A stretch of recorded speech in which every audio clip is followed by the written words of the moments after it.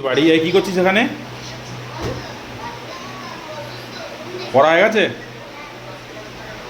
বাহ, দুই ভাই বোন এখানে বসে বসে ফোন দেখছো? খাবার খেয়েছো? হ্যাঁ, কি খেয়েছো?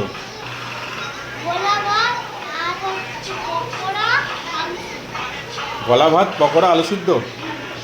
এগুলো কি মাংসের জন্য কেটে রেখেছে নাকি তোর মা?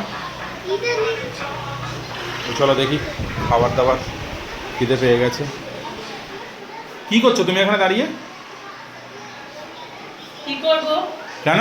রান্না তৈরি করে দিয়েছি, তুমি খেতে আসছো না, তার জন্য আমি একটু ফোনে কাজ তুই করছি। কি রান্না করে দিয়েছো? সেই মানে 7:30টার সময় বাজার করে নিয়ে এসেছি, এখনো সব ডাঙায়, এঁচোড় ডাঙায়। ডাঙায় থাকবে না, কোথাও উঠবে? হ্যাঁ? গাছে উঠে পড়বে? হ্যাঁ, গাছে উঠে পড়বে? কি অবস্থা!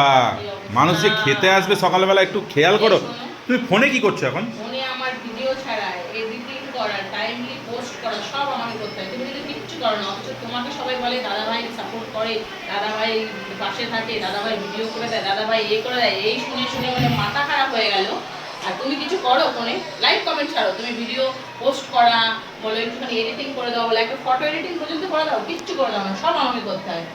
আর বলছে এ করো ও করো, কি করবো তো বলো? মানুষ যে একটা 10টার সময় খেতে চলো আসবে, চলো চলো চলো চলো চলো, তাড়াতাড়ি নিয়ে আসো। মাছ পকোড়া ভাজা আলু সেদ্ধ রেডি।